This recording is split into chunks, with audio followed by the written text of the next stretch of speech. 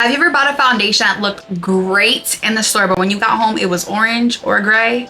Today, I'm gonna break down for you how you're gonna find your true foundation match. We're gonna cover complexion, undertone, and some quick color correction tips that can totally save your look, girl.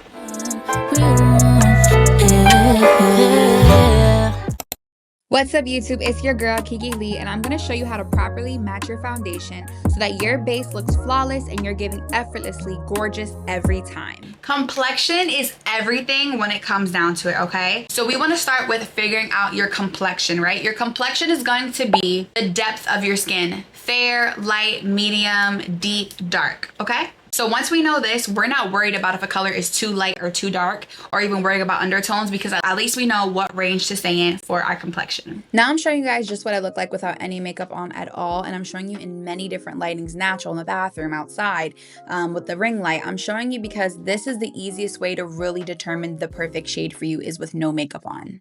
The next part is undertones, which I don't want to get too into because it can be confusing to some people, but let's touch on it. Here is a chart of what undertones are, right? So an easy way to understand this: if you look gold and more gold jewelry, you're probably warm. If you look probably really good in silver jewelry, you're probably a little bit more cool. And if you can wear both, someone like me, I interchange my metals all the time, honestly, you're probably neutral. Now, we are people, we are humans, we're complex creatures. So you're not just gonna be thrown in one category. You can be neutral or warm, or you can be neutral warm or neutral cool. I would say I'm more neutral warm. Just remember, if you feel like you're not fitting in these categories, you're probably neutral, which means you're not too warm and you're not too cool. You're somewhere right in the middle. And like I said, you can wear both types of jewelry. Hey girly, it's Editing Kiki here, and I just wanted to also touch on the olive undertone girlies. If you feel like those descriptions that I just said aren't fitting you either, you might be someone with an olive undertone, which means your skin has a tiny hint of green underneath. It's not super warm, yellow, or golden. It's not too cool pinky. It's kind of in the middle with like a soft hint of green almost. I know that might sound crazy, but people with olive undertones sometimes have a hard time finding the right foundation because many shades look too orange, too pink, or too yellow on them. The best match is usually something with more of a neutral made undertone, which usually works good for olive skin. Another way you can test your undertone is white versus off-white clothing. One looks better than the other. If you look really good with the white, that's probably more of a cool. If you look good with more of a beige or a off-white, you probably are more of a warm undertone. There's also the vein test, which some people like to do. Sometimes it can still be confusing. Green equals warm, blue equals cool, and then a mix of the two would be neutral, which I technically have a mix of the two. These things look freaking purple under here sometimes. So girl, I could completely understand if the whole veins thing is throwing you off. Maybe the jewelry option makes more sense to you, or maybe the clothing makes more sense to you. But those are three options, or you can just kind of look at the photos and kind of tell the difference. And as I explain in this video, the difference, you'll see side by sides of three shades within the same complexion but different undertones. That should help you as well. If a tester is available, I highly suggest swatching by your neck and your face, not just your hands, because they can be two different complexions. Now we can see, right, that there are some obvious colors that are not going to work. So we know that this first one isn't going to work at all. This is way too light. This is in the light fair category. And then this one here is way too deep. It's not going to work either. What we really need to focus on here are these three colors right in the middle, because believe it or not, this is number 140. This is number 150, and then this is number 170, right? So there isn't a huge jump here. These three colors are all gonna be considered the medium shades. This is where undertone comes to play, because a lot of you guys are struggling with the undertone, but as long as you know that this is obviously not your shade, I wouldn't go pick this color up, right? That's this color right here. I can put 140 up to my face and it might look okay. This is 140 though on my face. Here's 150. I can put this one up to my face. Okay. Here's 150 right here in the middle. Here's 170 up to my face. Now I know this obviously in this bottle looks darker, and then look at it on my face. Okay. A lot of you guys are walking around looking either too orange, too dark, or too light, too ashy, whatever that may be. That's where mixing pigments will come in. Now this is the thing. Out of these three shades right here, this is way too pinky orange, okay? This is not going to work. This is just showing up way too orange. And not only is it too orange, but it's also too dark. So what I'm going to do is I'm going to choose this shade right here in the middle because this is the closest shade to my skin tone. So here I am in a couple different lightings, and the reason why I want to do this voiceover and include this part of the video is because sometimes in certain brands, if you really love the formula, you just have to pick what matches you the best. You can see here that middle shade is looking so different in so many different lightings. It looks good in some, but then not in others. And this is why I'm making this video, to help you guys, because I really want to get down to the bottom of it, of ways you could fix it to make it the best match possible without breaking the bank. Because this foundation, in certain parts of the year, I'll wear it like this, it matches. But if I'm being real, sometimes you just have to settle, and that's the sucky part. But we're gonna make this perfect. Just watch. All right, so now that we've gotten to a place where this is the best shade of all of the options, what I will say is I still am not loving this shade completely. So what I will do is remove the other options and then show you guys another way you can have the perfect shade possible when doing your makeup. So let's start again. Remember those mixing pigments we talked about? The blue mixing pigment is going to help neutralize. What I'm going to do is I'm going to take my foundation in the shade 150, the one that we thought was the closest. I'm going to put some on the back of my hand. Okay, and I'm going to take the tiniest bit of blue. Now I can put more blue as I need to, but I'm going to start out with this much right here. I'm going to take a Q-tip and just blend this out. And do you see how it's quickly just neutralizing this color? And I think we're gonna have a way better match than we did initially. So here it is first. Look at that match, just neutralizing that color. Now remember, it's still gonna oxidize and get a little bit darker. I think this is perfect. Look at this. And then when I take my foundation brush and start to blend it out, look at that. That's what I call a seamless finish, honey. You can't even tell where it starts and stops. And that's what you really want from your foundation. Now, let's say the color was a little too dark. Great undertone. That's where that white mixing pigment would have came into, right?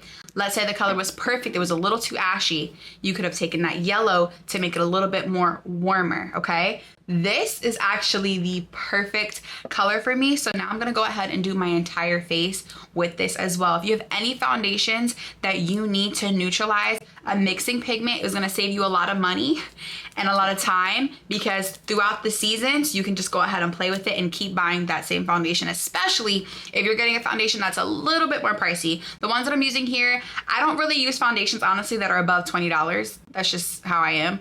But I will say, if you're spending a lot of money, like, that looks gorgeous. That looks beautiful. Let me even show you guys in other lighting, okay? Look how it looks here in this lighting. Perfect. Let's go in the darker lighting. Even in this lighting, gorgeous, okay? And then in the cooler lighting, remember that cooler lighting that we started with? I'm gonna pull that other color right on the side here. Look at that. You can't see where it starts or stops. And let's take it outside to really show you guys that this is possible. And then outside, look at it. This looks perfect.